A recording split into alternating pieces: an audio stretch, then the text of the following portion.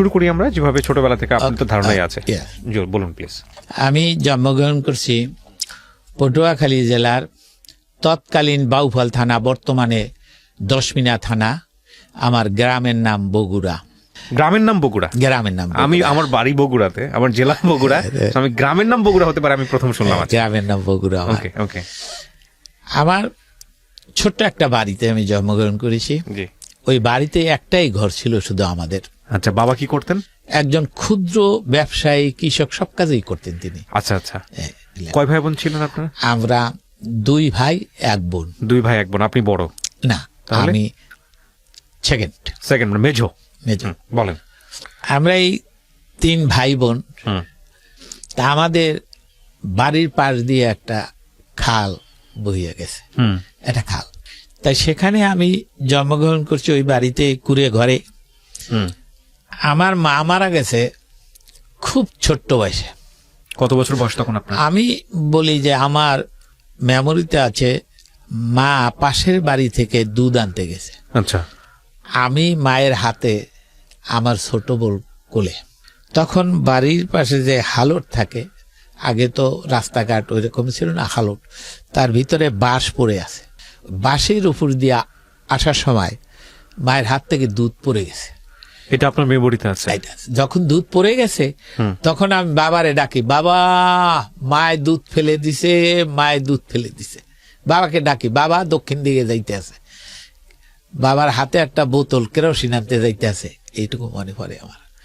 তারপর মায়ের এই একদিনের আমার মনে আছে।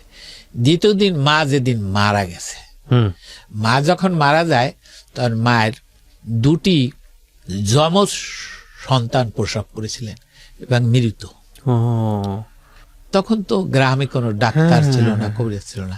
আমার পাশের বাড়ির 2 বুড়ি ছিল, তাদেরকে বউ ডাকতাম, গ্রাম বাংলার ভাষায় বুয়া। তারা এসে মায়ের নার ওই কাশি দিয়া, যেটা ধান কাটার কাশি, কাশি দিয়ে কাটছে, কিন্তু এটা বের হয় নাই। তারপরে বের করার জন্য মাকে চুনের পানি খাওয়ানো হয়েছে। তো চুনের পানি যখন খাওয়ানো হয়েছে, আমার মনে আছে সব পেট ফুলে উঠছে, পেট ফুলে মা মারা গেছে। মানে ওই যে বাচ্চা প্রসব করতে গিয়ে যেটা হতো, ওই ঘটনাতেই আসলে মারা গেছে না? আমার মনে আছে।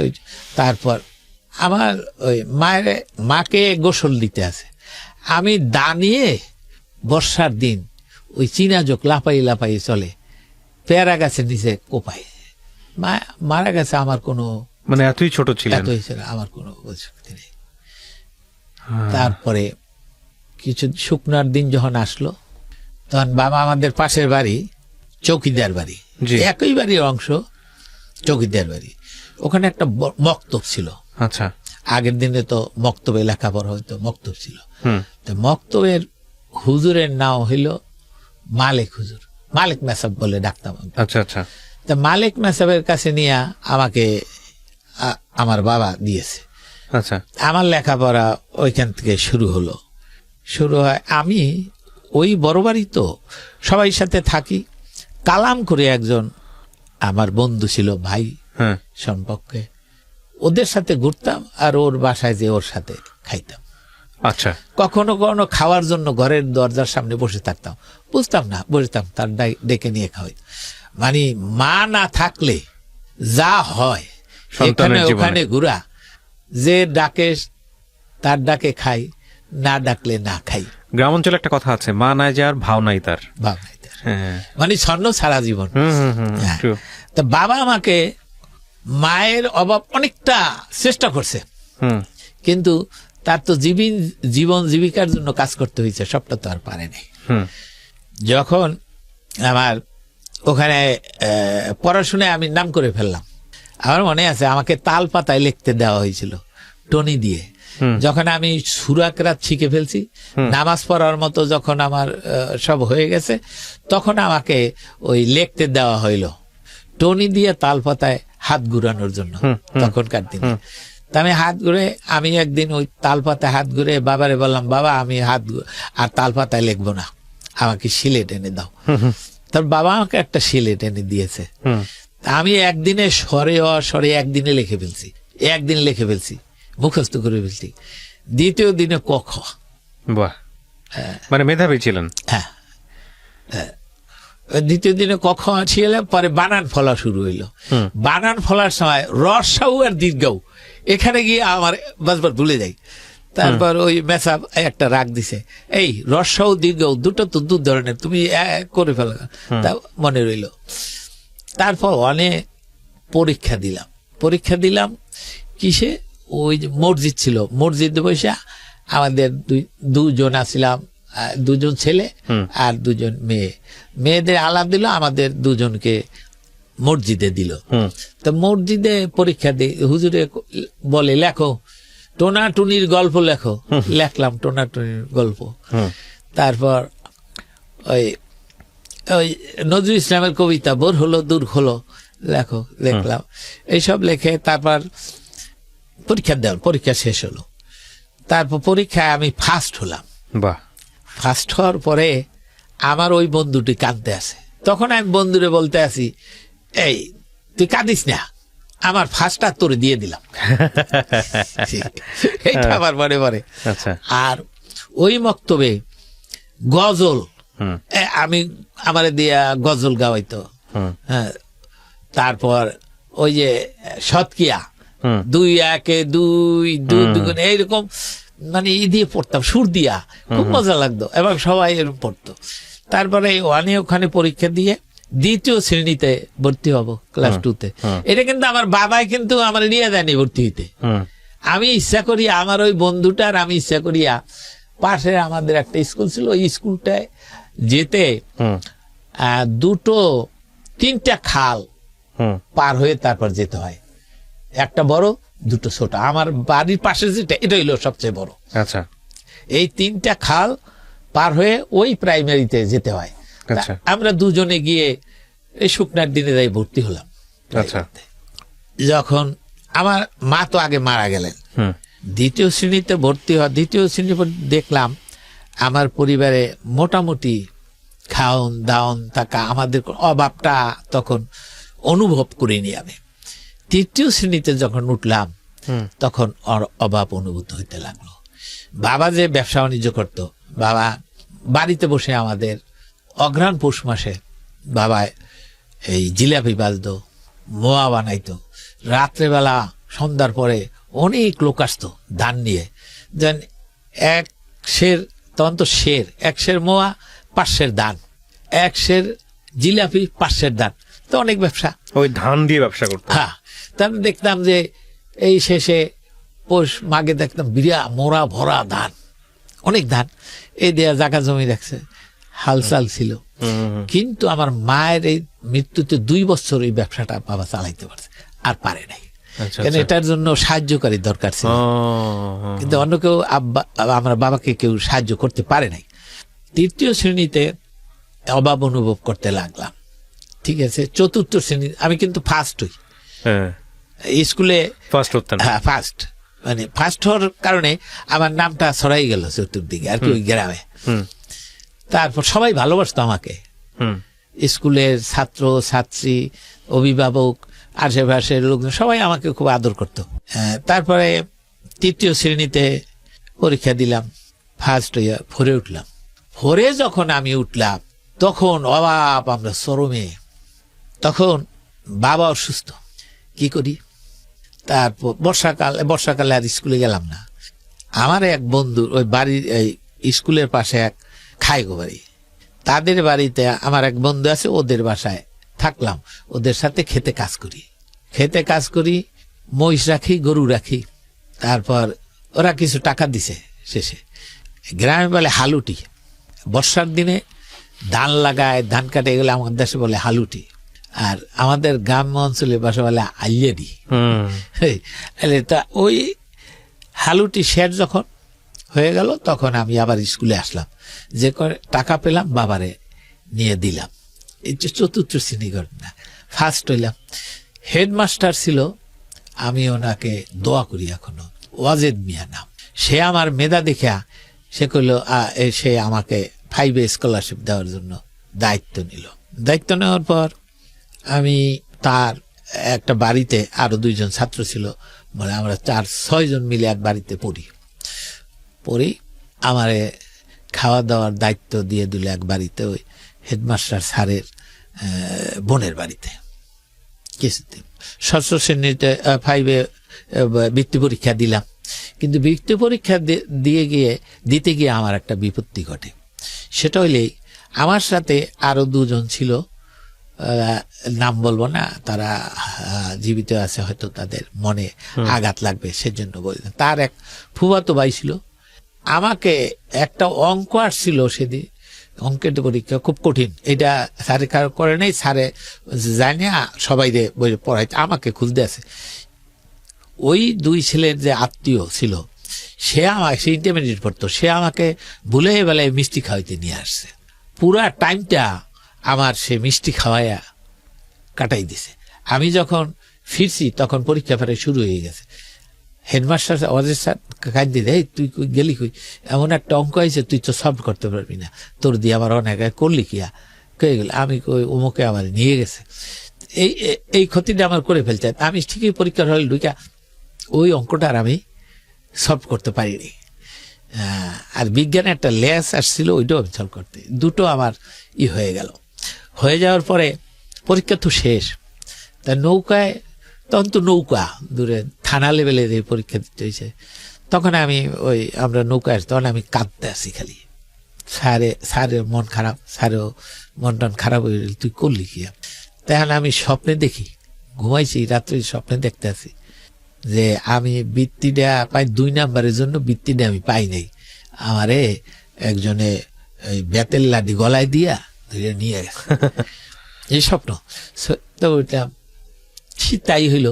পরে যখন বৃত্তির রেজাল্ট বেরোলো, স্যারে খোঁজ খবর নিয়ে দেখলো আমি 2টো নাম্বার পেলে আমি ওই সর্বনিম্ন বৃত্তিটা পেতাম।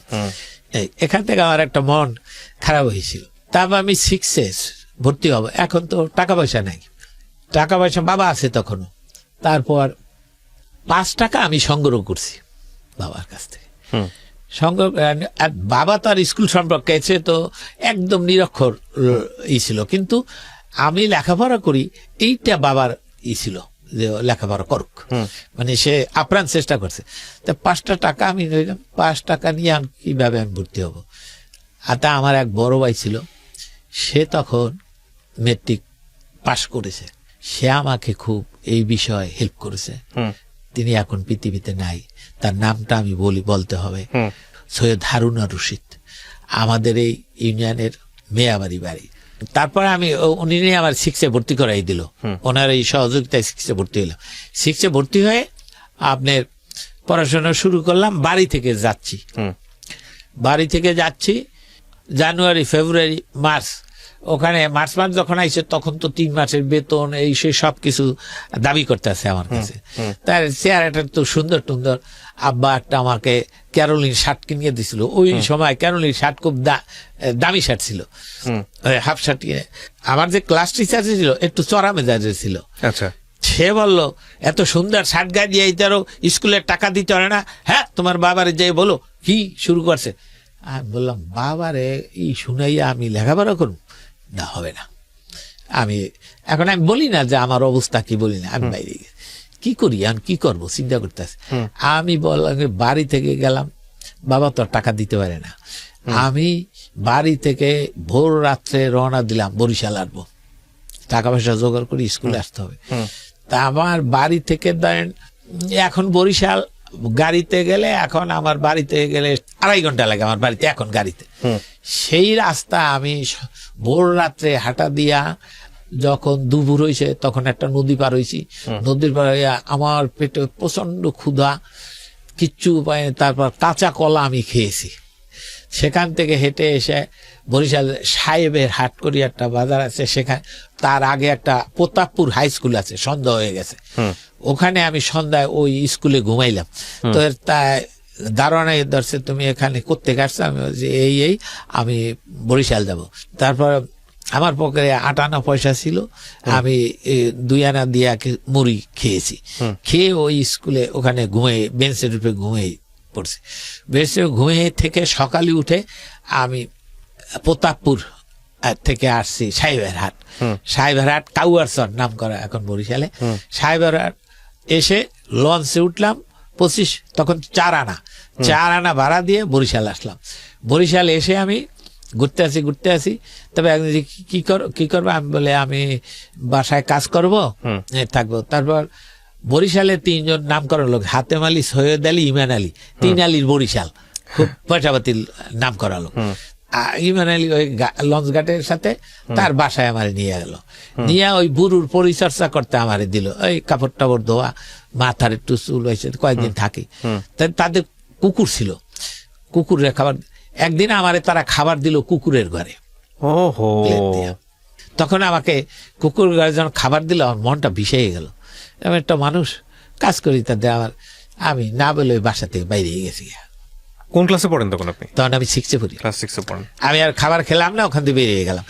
এখন ওই উদ্দেশ্যহীন হাঁটতে আছি, তাই একজন লাগে আবার কথা হইলো, সে বললো কি এই আমি কি কাজ করবো। তারপরে এর মধ্যে ওইখানে একটা গার্লস স্কুলের টিচারের লাগে দেখা হইলো, সে তার বাসায় নিয়ে গেল আমাকে। বাসায় নিয়ে তার গরু রাখি, আর রাত্রে আমার বই দিল পড়তে। তবে ইংলিশ বই ছিল, ওই ইংলিশ বইটা আমাকে পড়তে দিয়েছে, বার্ডস ইন বাংলাদেশ। তা আমি ওইটা একদম গড়গড়ে পড়ে ফেলছি। তখন সে বললো, মেধাবী ছেলে, তোমার পড়াশোনার আমি দায়িত্ব নেবো, রাত্রে এখানে পড়বা, পরীক্ষা দেওয়ার ব্যবস্থা করবো। তবে কয়েকদিন থাকার পরে ওই বাসায় এক বুড়ি ছিল, বুড়ি খুব অত্যাচার করতো। তারপর ওখান থেকে রাত্রেবেলা আবার একদিন ওখান থেকে আমি বেরিয়ে পড়লাম।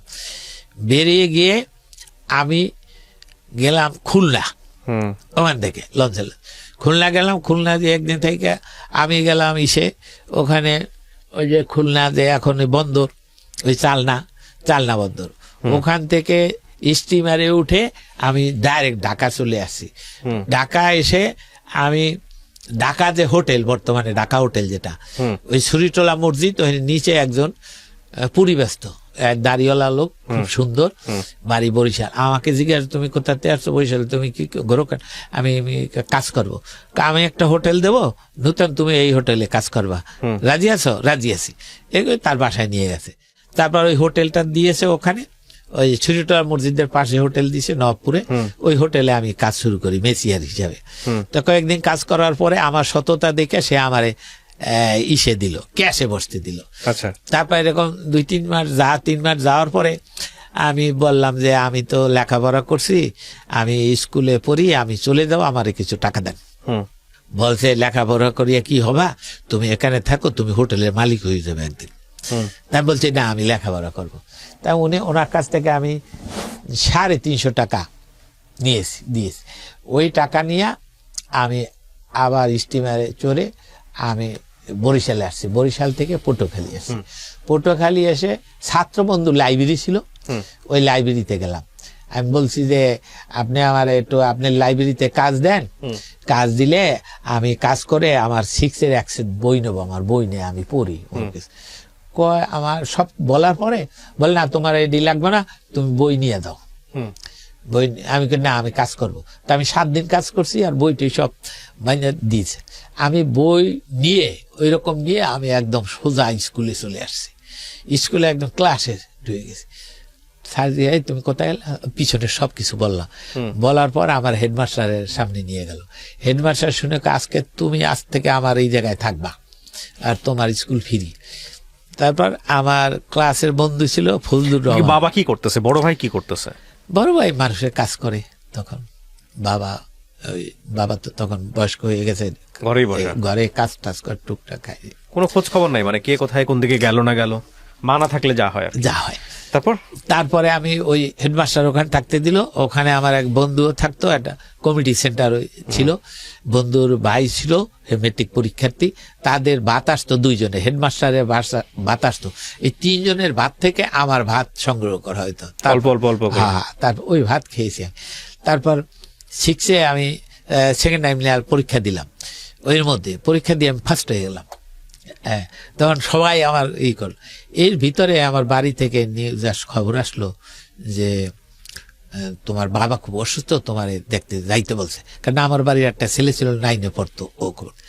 তা আমি বুঝে গেছি আমার বাবা নাই। তা আমি যখন বাড়ির দিকে যাইতে আসি, দক্ষিণ দিকে আমাদের বাড়ি খোলা, এই টুপি মাথায় দিয়ে অনেক লোক, তখন আমি বুঝে ফেলছি আমার বাবা নাই। তার বাবারে গোসল করার খবর দিয়ে কোন ক্লাসে পড়েন আপনি তখন? আমি তো 6-এ পড়ি। ক্লাস 6-এ পড়েন। এই গল্পটা এমন একটা জায়গায় গিয়ে থামবে যেটা অনেক কিছুই আমাদেরকে দিবে, শুধু এতটুকুই বলবো। তারপর তা বাবার কবর দিয়ে আমার বন্ধু ছোট তখন, আমার ফুপু আছিল, শুধু ফুপু নিয়ে গেছে, আমার কোনো খবর নাই কিছু। আমি তখন মনে করলাম দুনিয়ায় আমার আর কেউ নাই, আমি এখন বাধা বন্ধনহীন। আমি যখন 6-এ পড়ি তখন আমি ভাবছি আমি মেট্রিক পাস করে চাকরি করবো আর বাবারে খাওয়াবো। যখন বাবাই মারা গেল, বাবা যখন মারা গেল তখন আমি মনে করলাম কি দুনিয়ায় আমার এখন কিছু নেই, আমি একটা উড়ান্ত পাখি। এই হলো মানে যেভাবে আমার লেখাপড়া করতে হবে। তার স্কুলে যখন ফিরে আসছি হেডমাস্টার জিজ্ঞাসা কি ওই স্যার বাবা তো আমার ভাত খাইতে খুঁজছিল, আমি তো বাবারে দেখতে পাইনি। তুই আমার বলতি? আমি স্যার আমি তো ছিলাম না, আমি তো স্কুলে ছিলাম। তারপর 6-এ পরীক্ষা দিলাম যথারীতি, ভালো রেজাল্ট করলাম, 7-এ উঠলাম। স্যারে আমাকে লজিন দিল, খায় গোবারি করে নাম। লজিন দেওয়ার পরে এই স্কুলে গ্রুপিং শুরু হয়ে গেছে হেডমাস্টারের বিরুদ্ধে। হেডমাস্টার গ্রুপিং এর কারণে থাকতে পারেনি, চলে আসছে। আমি হেডমাস্টারের পক্ষে ছিলাম। পক্ষে থাকার পরে হেডমাস্টার চলে গেল, আমার ফুলবিড়ি কেটে দিল, হাফড়ি গেল। কারণ তার আগে যে বাসায় আমি লজি ছিলাম সে আমার রেস্টুরেন্টে নিয়ে আসছে কাজ করার জন্য।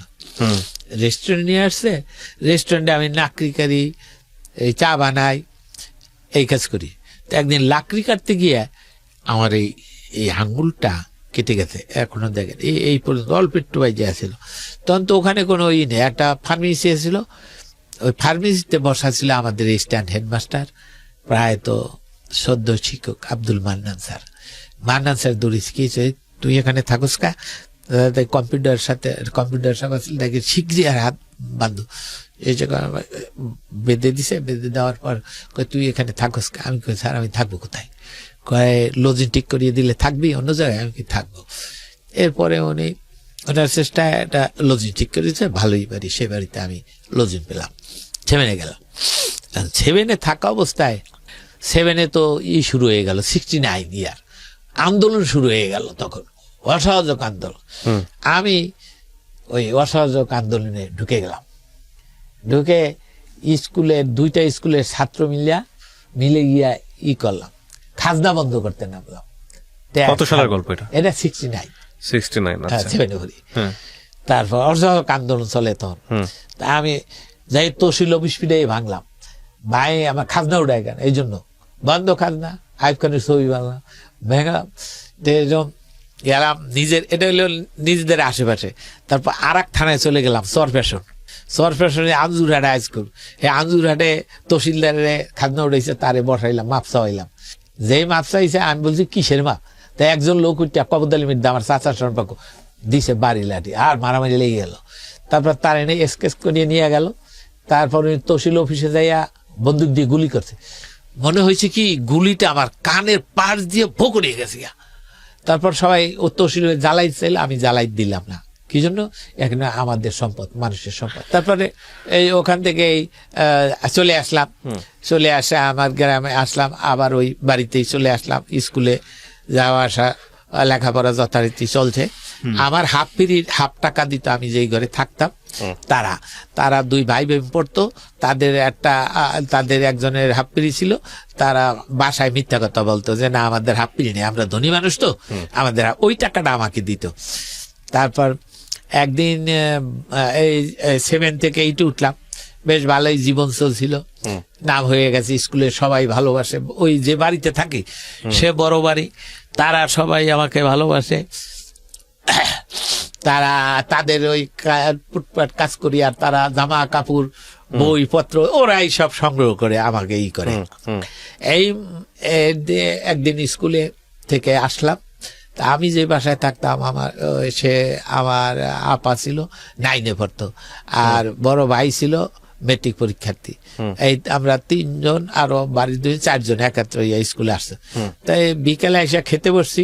খেতে বসে আমাদের এখানে এক দাদা ছিল যে বুড়ো, সে করতো কি কলারে একটা ছোট কলারে 5 ভাগ 6 ভাগ করতো। আচ্ছা। তাই এরকম একটা ভাগ করিয়ে দিছে যাও, তো ওই আপা করছে কি তার পাতের কলাটা আমার পাতে উঠাই দিছে। উঠাই দেওয়ার পর ওই বুড়ো একটা খারাপ ভাষা প্রয়োগ করছে, যেটা এখানে বললে দরকার নেই, অসহায়। প্রয়োজন নেই, হ্যাঁ। ওই ভাষাটা প্রয়োগ করার পর আমি চিন্তা করলাম যে এই আপারে আমি জানতাম মায়ের মতো, তে এজ বড় বোন এজ মা, তে সে আমার জন্য গালি শুনবে। তা আমি এই স্কুলে যে গেলাম, গিয়া আমার এই বোর্ডটা বেশি আমাকে তাড়িত করছে। গিয়ে আর এক বাড়িতে আপা কই তুই যাবি না, আমি কই না আর যাবো না, আপনি গালি শুনবে আমার জন্য, আমি আর আপনার থাকবো না। এই থাকবো না করে পাইছি, এখন আর কোথায় আর থাকার জায়গা হয় না, জায়গা হয় না। এইটাই আমি ওই যে আমার ওই টিচারের ওই বাড়িতে চলে গেছি। তার বাড়ি বরিশাল পাদ্রিশিবপুর। স্যারে আমার পায়ে স্যারে করলো কি, চৈতা নামে এক স্কুল আছে, এই স্কুলে সে মাস্টারি করতো, ওইখানে আমার ভর্তি করে। তো ওইখানে যাইতে এক তহসিলদার বাড়ি থাকতাম, সেখান থেকে যাইতে 3 মাইল পথ। তা আমি তারপরও থাকি। কিন্তু ওই বাড়ির এক বুড়ি ছিল, ওই বুড়ি করতো কি আমার গরুর গা সমগ্র কাটাইতে আমার এই, তখন আমি ধর থাকা যায় না। তো একদিন রাত্রিবেলা বইপত্র লইয়া হইতে পালাইয়াই বললাম, এসে আবার কোথায় পড়বো, থাকার নাই খাওয়ার নাই। আমার কিন্তু প্রতিষ্ঠানিক লেখাপড়া কিন্তু ভালো হয় নাই, কোনো ক্লাসে পুরোপুরি লেখাপড়া হয়নি এই কারণে। তারপর ওই যে গসানিয়া যেখানে আমি আগে পড়তাম, ওইখানে একজন ভালো ছাত্র আনিস, তাদের নূতন একটা স্কুল, ওই যে আজুরহাট যেখানে আমি যুদ্ধ করি আসছিলাম 69-এ, সেই আজুরহাট হাই স্কুলে ভালো ছাত্র স্কলারশিপ দিতে নিয়ে গেল আমারে। এইটে নিয়ে গেল, ভর্তি হইলাম, চেয়ারম্যান বাড়ি থাকি, ভালোই জীবন চলছে। এইটা স্কলারশিপ দিয়েও তৈরি হয়েছি। যাই একটা পরীক্ষা দেওয়ার দিয়েই ওখানে আমি ফার্স্ট হয়ে গেলাম। তা বাংলা পাইলাম আমি 63। তার মানে এসে হেডমাস্টার জিজ্ঞাসা করে, এই আমাদের ফার্স্ট বয় বাংলা কত পাইছে? বলে বর্তমান যে ফার্স্ট বয় যেটা পাইছে এটা উল্টাইলে যা হয় তাই পাইছে। তা আমি পাইছি 63 উল্টাইলে 36 হয়। মনে পারে। এরপরে তো 70 সনে যে বন্যা হলো, 70-এর বন্যায় আমাদের বইপত্র সব ভাষায় লেগে গেল। আমার সামনে দিয়ে বই নিয়ে গেছে, ভাইসা গেছে, সব নিয়ে গেছে, জামা কাপড় যা আছে। ওই বন্যাটা একটা কঠিন দৃশ্য দেখছি, মানুষ সামনে, চোখের সামনে মানুষ মারা গেছে। অনেক মানুষের আমরা হেল্প করি, ওই বিল্ডিং এ উঠেছি। সকালবেলা উঠে দেই খালি লাশ, গাছে, মাদার গাছে মহিলারা চুল পেঁচিয়ে আছে, পুকুরের মধ্যে। কি দৃশ্য, আমি বুবো হয়ে গেছি। আমি একদিন আমার কেউ খাওয়াইতে পারে নাই, তারপর নারকেল ভাঙ্গিয়া তারপর খাওয়াইছে। তারপর চিন্তা ঘুরিয়া ঘুরিয়া দেই লাশ সৎকার করে, কিন্তু কোনো সরকারি কোনো ছিল না, বাস্তব দৃশ্য। কোনো সরকার ছিল, কেউ ছিল না মানুষ সৎকার করে, এটা দেখছি। তারপর এইটা অটো প্রমোশন হয়ে গেল, ওই যে বইপত্র নিয়ে গেল আর পরীক্ষা, এইটা অটো প্রমোশন। 9-এ ভর্তি হলো। 9-এ যখন উঠলাম তখন তো ক্লাস শুরু হইলো, যত ভালো ছাত্র হিসাবে নাম হইলো। এখন যথারীতি স্কুলে পড়াশোনা করি। বঙ্গবন্ধু ভাষণ দিল 7ই মার্চ। অর্থনীতির টিচার ছিল শিয়ার স্যারে পড়াইতে আছে যোগ উপযোগ। আমি বললাম, স্যার দালাল উপদল যেমন, যোগ উপযোগ তেমন। কয়, ফজলু তুমি একটা ভালো ছাত্র, তোমার দিয়ে স্কুলের নাম, তুমি এই কথা বললা, তুমি লেখাপড়া বড়, দেশ স্বাধীন হইব, তুমিও স্বাধীন হওয়া। এক্স মিলিটারি ছিল কমান্ডার বারেক মায়ের নেতৃত্বে ট্রেনিং শুরু করলাম, বাঁশের লাঠি দিয়া, তারপর আবার ওই ঘাগরা মাথায় দিয়া গেরিলা ট্রেনিং। এই চললো। তারপর তো এক পর্যায়ে তো সব বন্ধ হয়ে, যখন আর্মি টার্মি আসলো, তা আমরা তো বিভিন্নভাবে থাকি এক পর্যায়ে এসে ক্যাম্প হইল, মুক্তিবাহিনী ক্যাম্প, এই তো জুন জুলাইয়ের দিকে ক্যাম্পে যাতায়াত শুরু করলাম। একটা গ্রুপ হইলো, গ্রুপের নেতৃত্বে তারপর যাতায়াত শুরু করলাম। আমাকে দিয়ে বিভিন্ন খবরটা নেওয়া, ছোট মানুষ। তবে আমাকে দিয়ে নভেম্বর মাস, রোজা তখন। তারপর এক রাজাকার পালাই আছে আমাদের স্কুলের এই পাশে, মাতবার বাড়ি। তুমি খোঁজ নিয়ে, যদি আমি খোঁজ নিয়ে আইলে বললাম, হ্যাঁ ঠিক আছে, যদি ঠিক না হয় তোমারে কিন্তু মেরে ফেলবো। আমি না ঠিক আছে। তারপরে গেলাম, যাইয়া দরজার খোলে না। তারপর আমার দুলা ভাই ছিল পাশের বাসায়, না ডাক দিছি, তখন তারাবি পড়তে আছে সবাই। তারপরে সবাই, কি হয়েছে দুলা ভাই? অমুক হয়েছে, দুলাল রাজাকার পালাই হয়েছে, ওর ঘরেতে বের করে দেন, নাহলে ঘর জ্বালাই দেবো, মুক্তিযুদ্ধরা আসছে। তারপর উনি আইসা বাইর করে দিল, বাইর করে দিলে বাজারের মধ্যে গেলাম, আঞ্জুরহাটা। এখন সবাই আইসা, আরে আমাদের ফজলু মুক্তিযুদ্ধ গেছে। এই জানলো, এর আগে জানতো না। তারপর ওইখানে জানার পর যে বাড়িতে আমি থাকতাম ওই খাওয়ার বাড়িটা আমি হারাইলাম এই অপরাধে। আমি ক্যাম্পে বললাম, ক্যাম্প বলে যে তুমি আবার গাও, যদি তোমাকে কিছু বলে তাহলে বাড়িটা জ্বালাই দিয়ে আসবো। বাড়িতে লোক হইলে 100-12-13 খান ঘর, একটা লোকই শুধু এন্টি, আর সবাই এলো পক্ষে, তাহলে আমি বলবো কেন? আমি আর বলি নাই। ওখান থেকে আমি চলে আসছি আমার অরিজিনাল থানা বাউফলে আসা, পঞ্চবলে বাহিনী ছিল তাদের লাগে যোগ দিয়েছি। তারপর দেশ স্বাধীন হলো। দেশ স্বাধীন হওয়ার পর কালাইয়া হাই স্কুলে ভর্তি হলাম আমি, আমার নিজের থানায় কালাইয়া হাই স্কুল ভর্তি হয়ে সেখানে আবার অটো প্রবেশন ভর্তি হয়ে মেট্রিক পরীক্ষা দিয়ে, সেখান থেকে মেট্রিক পরীক্ষা দিয়ে ঢাকায় চলে আইসা এখন ওরে বলি আমি কি তা আমি একটা বাসায় কাজ নিছি, মানে ফরাজি বাড়ি, এটা হইলো আপনার হইলে মিরপুরে ফরাজি বাড়ি আর কি নিয়েছি, কাজ নিয়েছি। কয়েকদিন কাজ আমি যে মেট্রিক পরীক্ষা দিয়ে কথা আর বলিনি, কাজ করে এর মধ্যে রেজাল্ট হয়েছে, আমি সেকেন্ড ডিভিশন পাইছি, পাস করছি। তারপর চলে গেছি, গিয়ে আবার ওই কলেজে বাউফল কলেজে ভর্তি হয়েছি 74-এ। এটা ভর্তি হ্যাঁ লজিন পাই না, 74 অভাব, মানুষের লজিন নাই, থাকার জায়গা নাই, খাওয়ার জায়গা নাই। তারপরে কি করছি, ওখান থেকে আমার গ্রাম, আমার ইউনিয়নে মেয়া বাড়ি ছিল, তাদের বাড়ি থেকে দৈনিক 7 মাইল দূরে হইল কলেজ। তা কলেজ এই 7 আর 7 14 মাইল, এই 14 মাইল ডেলি কোর্স করি, আসা যাওয়া করি। কি দিয়ে আসা যাওয়া করতেন? হাঁটে হেঁটে 14 মাইল হেঁটে। আমার একটা গায়ে ক্যারোলিন টেকটন শার্ট ছিল, একদম কালো হয়ে গেছি দাগ পরে। তারপর আবার ভর্তি হয়েছি সায়েন্সে, মেট্রিক পাস করছি আর্টসে, ইন্টারমিডিয়েট সায়েন্সে, বোকামি করছি। তারপর 74-এ লজিন পাই না, থাকতে পারি না, জায়গা নাই। তারপর 1 বছর এরকম দূরে আসলাম। সেকেন্ড ইয়ারে এসে কলেজের পাশে আমি যে বাড়িতে থাকতাম, আমার চাচা একটা নিছে রাইস মিল, ওই রাইস মিলে আইয়া সেকেন্ড ইয়ারে উঠলাম, মানে 75 এটা পরীক্ষা দেবো। এর মধ্যে তো দেন 75-এ 15ই আগস্ট সকালবেলা যাই আরে কইলাম, কলমদা বঙ্গবন্ধুর তো মেরে ফেলছে। হ্যাঁ তুই কি কাজ? হ্যাঁ আমি কেন ওটা রেডিও সাইড, তো রেডিও সাইড তাই শোনে। এখন আমরা 2 দিন 3 দিন 4 দিন রইলাম, চেষ্টা করি কি করব কিছু করে। পরে ওসি ডাইকে নিয়ে আমাদেরকে বলতে আছে আপনারা বাউফল থেকে সরে যান, আপনার সমস্যা আছে। তখন এই সভাপতির সাথে আমিও চলে গেলাম। আমি চলে গিয়ে আমি গেলাম আপনার রইল ভোলা আমার মায়ের নানা বাড়ি। তখনও ইন্টার পাস হয়নি? না, মায়ের নানা বাড়ি। আমার মামা আমার চেহারা দেখিয়া বলছে তোমার নাম কি? আমি বললাম তোর মায়ের নাম কি? তুমি সিদ্দিকার ছেলে, ঠিক আছে তুমি আসো থাকো। তা মামা বড় ব্যবসায়ী ছিল, তারপর মামার বাসায় থাকি, খাই দেয়, হ্যাঁ ছেলে ফেলে পড়াই। এর ভিতরে 3রা নভেম্বর মামা আমার করলো তুমি এখানে আমি থাকতে পারবো না, তোমার জন্য খুব সমস্যা, তুমি এতে চলে যাও। তা ওখান থেকে চলে গেলাম রাঙ্গাবালি। আমার যে ওই বড় ভাই, এই বড় ভাই রাঙ্গাবালিতে যে বাড়ি করছে গলাচিপা, একদম বঙ্গোপসাগরের পারে, সেখানে চলে গেলাম। সেখানে গিয়ে আমাদের বাইস্তারদের সাথে মাছ ধরি, তাদেরকে পড়াই, বাড়ির পাশে ছেলেবেলে পড়াই, বই নিয়ে গেছি, বই পড়ি। 76-এ তখন কি লেখাপড়া করতে হবে, আবার আসলাম বাউফলে। এখন লজি থাকার জায়গা পাই না, থাকার ঘুরতে আমার এক বন্ধু ছিল, সে আমাকে তার বোনের বাসায় লজিন দিল।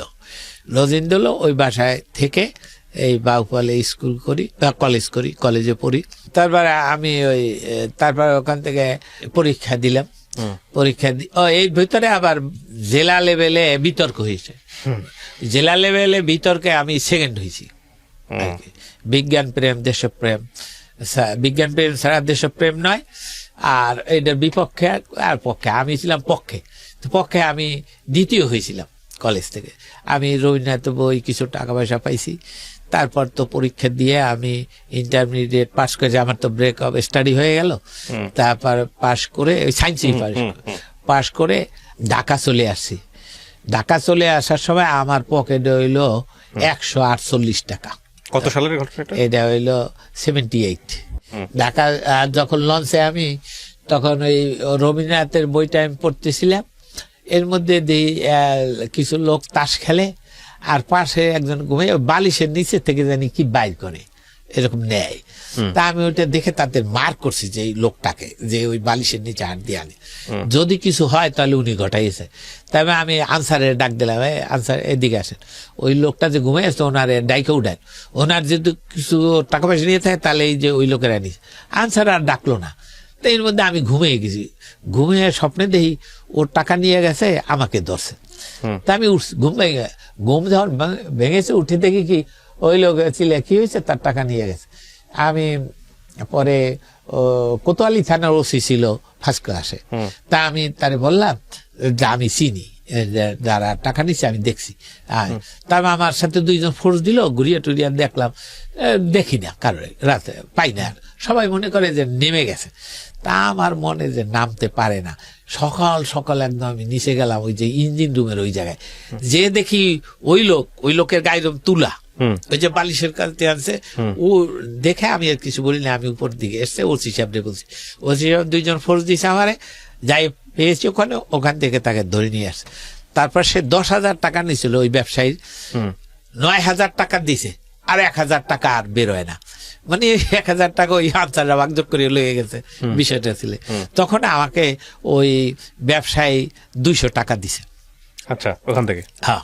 তা আমার হইলো কত, 348, 350 টাকার টাকা হইলো। তা আমি ওখান থেকে নামলাম, নেমে যখন রিক্সা নিলাম জরুল হলে আনবো, তখন ওই ডাকাত সর্দার আমার সাথে রিক্সা উঠছে। আচ্ছা, আমি বুঝি রিক্সা উঠে আমাকে 20টা টাকা দেন। তা আমি আমার কাছে তো 20 টাকা ভাঙতি নেই, আমি দিতে পারবো না। কয়েক টাকাটা দেন, আমি ভাঙাই দিই। তাই বলে আপনি রিক্সা থেকে নামেন, তাহলে আমি চিল্লান দেবো। আপনি জানেন আমি কে? তখন টেকনিক্যাল না, আমি আরঙ্গর ক্যাডার। তখন আরঙ্গর নাম ঢাকা শহরে আরঙ্গর ক্যাডার। যখন আরঙ্গর ক্যাডার কইছি তখন নামিয়ে গেছি, আমি জরুলা খেলে যাবো, আপত্তি দিয়ে জরুলা খেলেই উঠছি ওই 348 টাকা নিয়ে।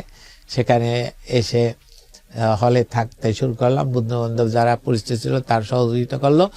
তারপর আমি কাঁঠাল বাগানে একটা টিউশনি পেলাম, ওখান থেকে হেঁটে এসে ওইখানে 70 টাকায় পড়াই, আর আমার একবেলা খাই। এরপর আমি একটা টিউশনি পাইলাম 150 টাকায়, ভূতের গলি, 150 টাকা থেকে তারপর 250 টাকা, তারপরে 500 টাকা, তা এরকম করে আমি পরে 1500 টাকার টিউশনি পাইলাম সোবানবাগে। তার একটু বলতে হয়, তখন আপনি কিসে পড়েন? তখন আমি এই অনার্সে ভর্তি হয়েছি আর কি, তখন এই অবস্থায়। তখন এই পড়াশোনা করি আর এই ঘুরে বেড়াই। কলা বাগানে একটা সবাই বক্তৃতা দিয়ে আমার পরিচয় হয়ে গেল। তখন আমি ফিরি, থাকা খাওয়ার জায়গা পেলাম ওই নেতাদের বাসায়, এখানে থাকি, জীবন শুরু হয়। তারপরে টিউশনি করি, পড়াশোনা করি। তারপরে আমি এই যখন এই আমার স্টাডি লাইফ শেষে আমি শ্রমিক সংগঠনে যোগ দেই শ্রমিকদের জন্য। কিন্তু আমাকে এক অ্যাডভোকেট ছিল, জাকির আহমেদ, জাস্টিস ছিল, উনি ডেকে নিয়ে কি বলে, তুমি কি ফুল টাইম রাজনীতি? আমি জি। কলে মরে যাবা না খাইয়া, তুমি অ্যাডভোকেট হও। তা আমি এই লতে ভর্তি হলাম। কত সালে? এটা হইলো লতে ভর্তি হইলাম আমি 83 সালে, 1983 সালে। জি, লতে ভর্তি হয়ে আমি ফার্স্ট পার্ট পাস করি। ফার্স্ট পার্ট পাস করার পরে 85 সনে আমি রাশিয়া চলে গেলাম, study of trade movement and all global politics and economics, এইটার রূপে আমি রাশিয়া চলে গেছি। রাশিয়াতে 1 বছর থেকে আমি আবার চলে আসছি। চলে এসে আবার সেকেন্ড পার্ট পাস করে আমি 88-এ পাস করি। 89 আমি বার কাউন্সিল কোর্স করি এবং 90-তে আমি ঢাকা বারের সদস্য হই। 1990 সনে ঢাকা বারের সদস্য হই। 27/1/90 সনে আমি ওখানে সদস্য হই। সদস্য হয়ে আমি ওই বছরই 12 তারিখ, এই 12 তারিখে আমি বিবাহ বন্ধনে আবদ্ধ হন। তারপরে আমি আমার আইন পেশায় ঢুকলাম। 54 বছরে ঢাকা আইনজীবী সমিতির এক্সিকিউটিভ কমিটির মেম্বার নির্বাচিত হই। তারপর 90 তখন আমাকে এপিপি করে, এসিস্ট্যান্ট পাবলিক প্রসিকিউটর। তারপরে এইটা এপিপি কোথাকার? সেটা এই জসকোটে, ঢাকার জসকোটের। ঢাকার জসকোট। তারপরে 97-এ এই বিষয় নিয়ে ওখানকার ঊর্ধ্বতন কর্তৃপক্ষের সাথে নাম আমি বলবো না, লাইফ ইন পলিটিক্যাল সিচুয়েশন। তারপর তাদের সাথে মতবিরোধ হয় এই বারের নমিনেশন নিয়ে। আমি খুব পপুলার এখনো, আমি না, আপনি পপুলার সেটা বোঝা যায়। আমিও এখন আমি এটা আমি দাবি করি এখন আমি ঢাকা বারে পপুলার এই বছর যারা আছে তারা ফজলু ভাই করি। তারপর নমিনেশন ওই পদে আর আমারে দেয় না, না দেওয়ার পরে আমি চিন্তা করছি এরা আমাকে দেবে না, এখানে আমাকে নেতা দেবে না এরা। তারপর আমি করলাম কি যে তার সাথে রাগ করিয়া নেন আপনার এপিপি গিরিও নেন, এখানে আমি প্র্যাকটিসও করবো না আর এপিপিও করবো না, আর এখানে নির্বাচন আমি গেলাম। 97 আমি হাইকোর্টে চলে আসি জেদ করে আর কি। আচ্ছা, জেদ করে এই হাইকোর্টেই মানে সুপ্রিম কোর্ট?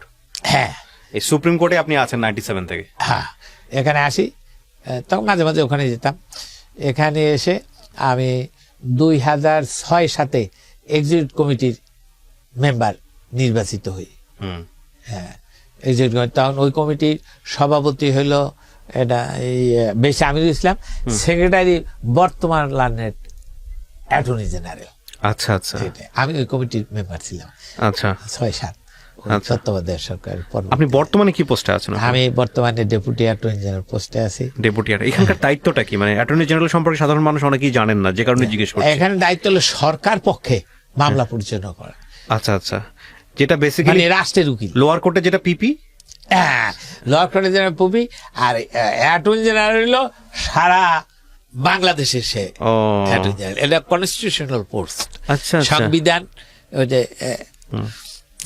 আর আর একটা জায়গায় আমার খুব কিছু রাগ, মানে রাগে আমাকে অনেক কিছু, যেমন এই যে যেটা পিছনে ফেলে যাচ্ছিলাম যে মেট্রিকে যখন আমার তো ভেরি সরি একটা জায়গা আমার যে বাদ পড়ে গেছে। বলেন। আমি যখন মেট্রিকে যে বাড়িতে আমাকে লজিং দেওয়া হয়েছিল সে পঞ্চায়েত, নুরুল হক পঞ্চায়েত নাম করা, আমি বললাম নামটা। তারপরে আমরা সেখানে ম্যানেজার ছিল, আর একজন স্কুল টিচার ছিল প্রাইমারি, আমি ছিলাম। তা আমার বসে টেবিলে খাইতে আছি, তারপর উনি বলতে আছে এই খোনার মাস্টার শালার পর শালার আমার পোলাপান পড়ায় না, 4-5টা বিয়ে করছে বিভিন্ন ধরনের, ওই তো শালা পর শালা খালি আমাকে ভাত খায়। এই শুনে আর কি আমার মরা বাপ মারে গালি শোনাবো, লজিক থাকবো? আমি খালি প্লেটটা ছিলাম ধরিয়ে মারিয়ে দিছি, আর উনি শুয়ে রয়েছে ওইখানে জন করে। কে হয়েছে কালে ফজলু কই এই বাড়িতে আর থাকবো না, আমি চলে আসছি সেখান থেকে। তারপর এই মেট্রিক পরীক্ষার সময় আমার খুব কষ্ট হয়েছে। আমি তখন পরীক্ষা দিতে আসছি কালাইয়া বন্দরে, যাই এক ঘরে উঠছি, আমার পরিচিত ছিল তারা, সেই ঘরে উঠছি। কিন্তু আমি মাথায় করিয়ে বই নিয়ে আসছি, আমার পকেটে 1 টাকাও নাই। রাত্রে না খেয়ে থাকলাম, সকালবেলা না খেয়ে 2.5 মাইল পথ অতিক্রম করে আমি বাংলা পরীক্ষা দিলাম প্রথম দিন। রাত্রেও খাইনি, সকালেও খাইনি। পরীক্ষা দিয়ে যখন আসছি তখন ওখানে বড় ভাই ছিল, সে আইসা আমার মুখ কালো দেখে বলে, এই তুমি রাত্রে খাও নাই? আমি বলছি না। সকালে খাও নাই? না। তুমি আমাকে বলো নাই কেন? কিন্তু হারুন তোমায় কোনো কিছু টাকা দেয় নাই? আমি বলছি না। তার পাশে আসছিল হোটেলে বলে দিল যে কয়দিনের পরীক্ষা আছে সেই কয়দিন ওর খাবার দাবার সব তুমি দেওয়া। এইভাবে আমি আমার ওই দিনটার কথা আমার মনে পড়ে যে আমি না খেয়ে মেট্রিক পরীক্ষার প্রথম দিনে বাংলা পরীক্ষা দিয়েছি। সবচেয়ে বড় কথা হচ্ছে কি, মানে জীবনটা হচ্ছে একটা বহতা নদীর মতো। আপনি অনেক গুণী মানুষ, আপনি আমার চেয়ে বয়সে অনেক সিনিয়র, জীবনে অনেক কিছু দেখেছেন 63 ইয়ার্সে। তো মানে বলতে চাচ্ছি এই কথাটা যে আমি এত গল্প শুনেছি মানুষের, নিশ্চয়ই আপনি আমার কাজগুলো সম্পর্কে জানেন, সে কারণেই বলছি যে জীবনটা আসলে নদীর মতো। এটা কখনো জোয়ার থাকে, কখনো ভাটা থাকে, কখনো পানিটা শীতকালে মজে যায়, সেখানে গন্ধ হয়, তারপরে বর্ষাকাল আসে, আবার পানি, সেই পানিতে মাছ হয়।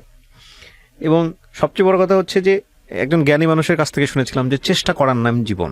যতক্ষণ পর্যন্ত শ্বাস আছে, বেঁচে আছেন, ততক্ষণ পর্যন্ত আপনাকে চেষ্টা করে যেতে হবে। চেষ্টা হচ্ছে সার্ভাইভের জন্য, চেষ্টা হচ্ছে নিজেকে সমাজের মাঝে আলোকিত করার জন্য। তবে এক একজনের চেষ্টার স্টাইল এক এক রকমের হয়। মানে আপনার জীবনের সবচাইতে টার্নিং পয়েন্ট যেটা আমি যদি বলি, ক্লাস 6-এ পড়ুয়া অবস্থায় বাবা মা দুইজনকেই হারানো এবং মাথায় হাত রাখার মতো কেউ ছিল না। সেই জায়গা থেকে আপনি আজকে বাংলাদেশের ডেপুটি অ্যাটর্নি জেনারেল, সর্বোচ্চ আদালতের একজন আইনজীবী, and it's not a matter of joke. তো এই গল্পটা আমি আজকে এই কারণে তুলে ধরলাম যে যারা আজকে এখানে দেখছেন দল ও মত নির্বিশেষে কে কোন দল করে, কে কোন রাজনীতি করে, এটা বড় ফ্যাক্ট নয়। That is not matter. Fact হচ্ছে হলো যে মানুষ হিসেবে আপনি কোথায় দাঁড়িয়েছেন, সেটাই হচ্ছে ফ্যাক্ট। এবং আমি মনে করি আজকে যে গল্পটা আমাদের এখানে জীবন গল্পে প্রচারিত হলো সেটা অনেক মানুষকে উৎসাহ দেবে। আমি শেষ প্রশ্নটা করতে চাই বরাবরের মতো আপনাকেই অ্যাজ এ গেস্ট হিসেবে, যে কেন বললেন এই গল্পটা? আমি এই কারণে বলছি যে আমাদের দেশে আমি দেখি অনেক ছেলেপেলে যে বাবা নাই পড়াশোনা করতে পারিনি, টাকা নাই পড়াশোনা, তখন আমার একটু রাগ লাগে। আমি কেন, পড়াশোনা বাবা নাই, পড়াশোনা করতে হবে তোমাকে, তোমার চেষ্টা করতে হবে। আমাদের যে সময় আমরা লেখাপড়া করছি সেই সময় এত স্কোপ ছিল না আমাদের, তখনকার আরো ব্যাকওয়ার্ড ছিল, স্কুল ছিল দূরে, কলেজ ছিল দূরে, মানুষের একটা যে কিছু করিয়া খাবো তা ছিল না, ওয়ার্ক ছিল না। এখন তো ওয়ার্ক আছে, কাজ আছে, কাজ করিয়ে পড়া। আমি তাদের উদ্দেশ্যে বলতে চাই যারা বাবা মায়ের অভাবে বা অর্থের অভাবে লেখা, এখন তো অনেক স্কোপ গুলো ইউটিলাইজ করিয়া, ব্যবহার করিয়া অধ্যবসায়ের মধ্যে একজন মানুষ প্রতিষ্ঠিত হতে পারে। Right, true, agreed. এবং আমি বলবো আমার গ্রামে আগে, এখনো জানি না, আগে অনেকে বলে যে আমার নাম করিয়া পোলাপানারে পড়াইতো। এটাই তো সবচেয়ে বড় সার্থকতা, এটাই তো বড় সার্থকতা। আমি ধন্যবাদ জানাই যে আপনি আপনার কিছুটা সময় আজকে আমাদেরকে দিলেন ফজলু ভাই, এবং আমি দোয়া করি আপনি ভবিষ্যৎ জীবনে আরো অনেক বেশি দূরে এগিয়ে যান, গণমানুষের জন্য আপনি কাজ করেন। অনেক ধন্যবাদ আমাদেরকে সময় দেওয়ার জন্য।